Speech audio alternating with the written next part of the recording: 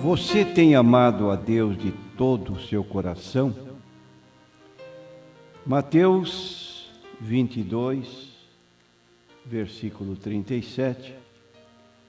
Disse-lhe Jesus: amarás o Senhor teu Deus de todo o teu coração e de toda a tua alma e de todo o teu pensamento. Este é o primeiro e grande mandamento. E o segundo, semelhante a este, é: amarás o teu próximo como a ti mesmo.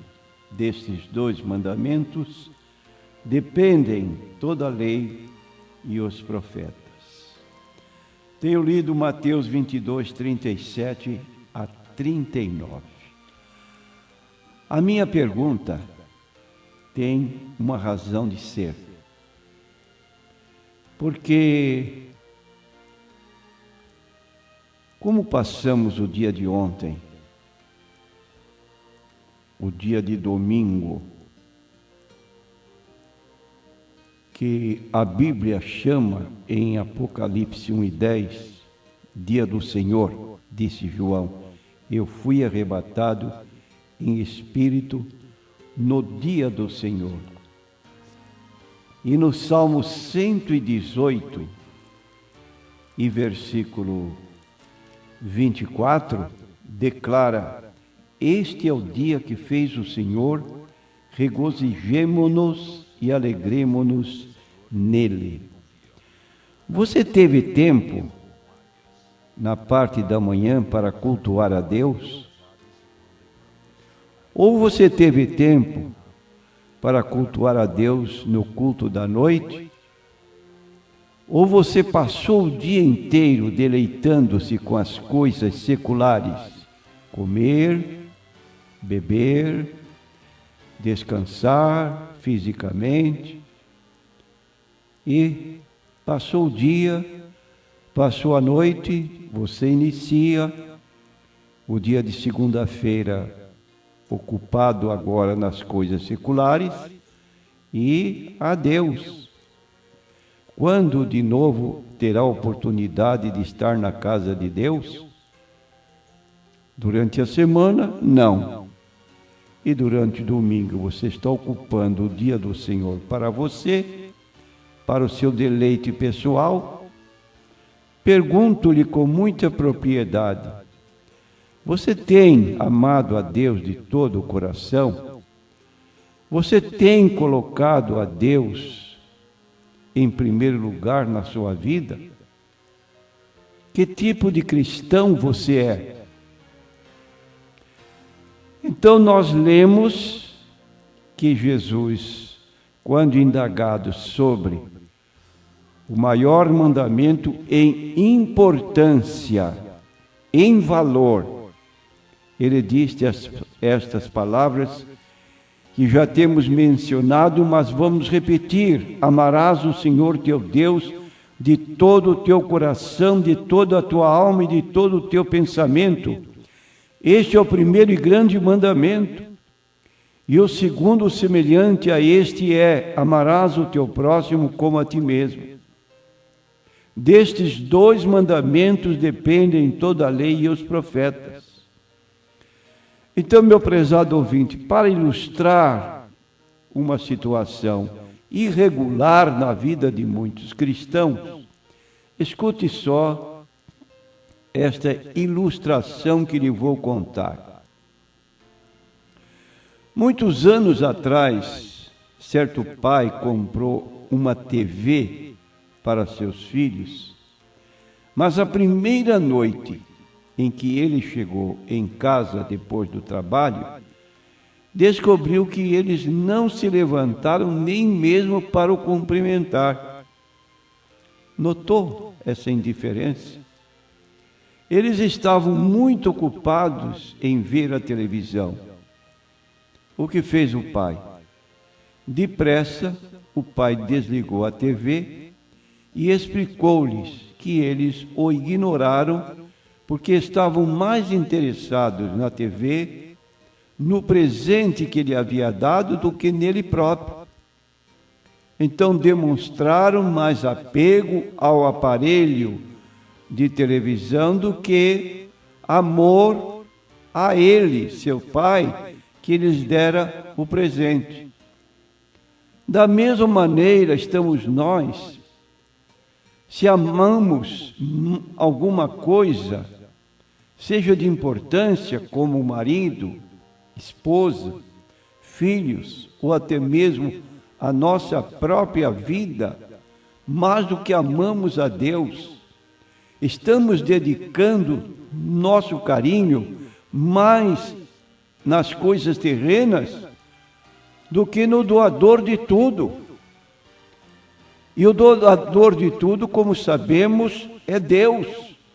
Toda boa dádiva e todo dom perfeito vem do alto, descendo do Pai das luzes, em quem não há mudança nem sombra de variação. Tiago, capítulo 1, versículo 17. E no livro de Êxodo 20, versículo 3, declara: não terás outros deuses diante de mim. Em 1 João 5, e versículo final, declara: filhinhos, guardai-vos dos ídolos. De fato, a Bíblia diz que devemos amar a Deus de modo que o nosso amor para com os nossos familiares, para com o nosso emprego e outras ocupações que eventualmente tenhamos, não venha ocupar o lugar de Deus.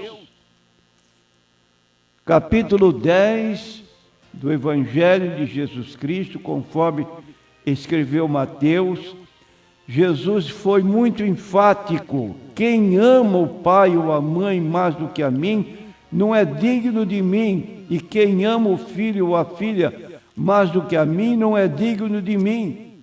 E quem não toma a sua cruz e não segue após mim, não é digno de mim. Quem achar a sua vida, perdê-la-á, e quem perder a sua vida por amor de mim, achá-la-á. Mateus, capítulo 10, versículos 37 a 39. Paralelamente a este amor que devemos ter para com Deus, em primeiro lugar na nossa vida, o segundo mandamento em importância citado por Jesus recomenda que nós amemos o nosso próximo tanto quanto nós nos amamos. Jesus falou de um samaritano que encontrara um estranho ferido à beira de uma estrada, e o que faz ele? Desce do seu cavalo, cuida dos primeiros ferimentos daquele homem caído, coloca-o sobre o seu cavalo e ruma para uma estalagem, e chegando lá na hospedaria, deu dinheiro para o tratamento e disse ao hospedeiro que ele iria pagar pelas despesas se elas fossem mais do que o dinheiro que ele já iria deixar para os primeiros cuidados do hospedeiro. Esta parábola contada por Jesus tem um título, é chamada a parábola do bom samaritano.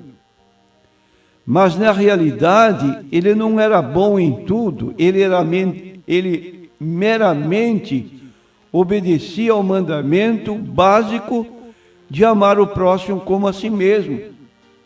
E isso é um retrato de como Deus espera que nós amemos nossos companheiros, os seres humanos, como a nós próprios. E devemos amá-lo tanto quanto nós nos amamos. E isso reconhecido até pelo apóstolo Paulo na sua carta aos Efésios, no capítulo 5, dos versículos 22 até o 29, quando ele fala do amor conjugal, marido e mulher, ele fala que o marido deve amar a sua esposa e dá um exemplo desse amor para com a sua esposa quando diz: porque nunca ninguém odiou a sua própria carne, antes a alimenta e sustenta. Da maneira como o homem ama-se a si próprio, ele deveria amar também sua esposa, e do mesmo modo, como disse Jesus, também o seu próximo. Você tem amado a Deus de todo o seu coração? Você tem amado o seu próximo como a si mesmo? Ou tem vivido egoisticamente? Colocou o seu eu na frente, como costumam os ingleses, sempre grafar a palavra eu com letra maiúscula. Eu, com letra maiúscula, que se pronuncia I. E aí está então uma situação que leva à indiferença das coisas de Deus e traz para nós um aviso muito solene no livro de Salmos, Salmos 9, nós lemos no versículo 17 o seguinte: os ímpios serão lançados no inferno e todas as nações que se esquecem de Deus. A palavra inferno aqui nesse texto é a tradução da palavra hebraica Seol, que corresponde à palavra grega Hades, indicando o lugar onde fica o espírito no intervalo entre a morte e a ressurreição do corpo. E Jesus falou deste lugar, que é um lugar indesejável, que se deve evitar a todo custo cair neste lugar. Mas pode ocorrer com muitas pessoas que vivem para si próprios e se esquecem de Deus. E aconteceu que o mendigo morreu e foi levado pelos anjos para o seio de Abraão, e também morreu o rico e foi sepultado. E no inferno ergueu os olhos, estando em tormentos, e viu ao longe Abraão e Lázaro no seu seio, e clamando disse: Pai Abraão, tem misericórdia de mim e manda Lázaro que molhe na água a ponta do seu dedo e me refresque a língua, porque eu estou atormentado nesta chama. Aqui está o homem que vivia egoisticamente. Quando morreu, foi para a sepultura, que no grego é a palavra tafos, mnemeio, e a sua alma foi ao Hades, como diz o Salmo 9:17. As pessoas que se esquecem de Deus serão lançadas no inferno. Então eu quero dizer a você, meu prezado ouvinte, que ao contrário do que se ouve na linguagem popular, que se questiona, Deus manda alguém para o inferno? Não. Só que Deus não leva ninguém para o céu forçadamente. A pessoa que vive aqui longe de Deus, naturalmente vive longe porque não gosta de se aproximar de Deus.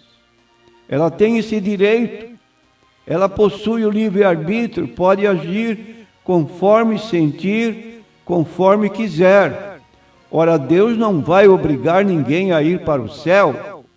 Ele vai permitir que a pessoa que escolheu viver longe dele, separado dele, esquecido dele, vá para o lugar que se segue após a morte, onde Deus esteja bem distante.